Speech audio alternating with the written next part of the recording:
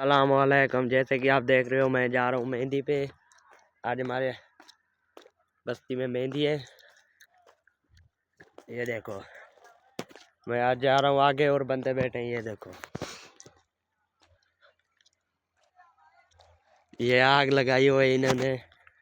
हम जा रहा हूँ मेहंदी पे, आपको आगे दिखाता जाऊंगा व्यूअर। ये देखो कैसा माहौल है सावन का। ये देखो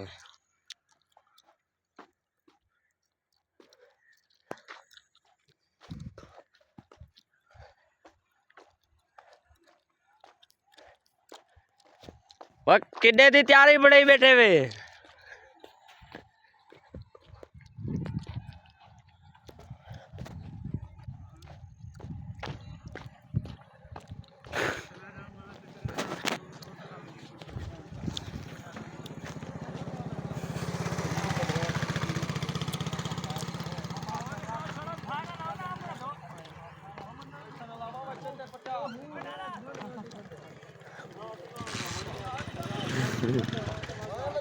सीटे बुनी ने बहन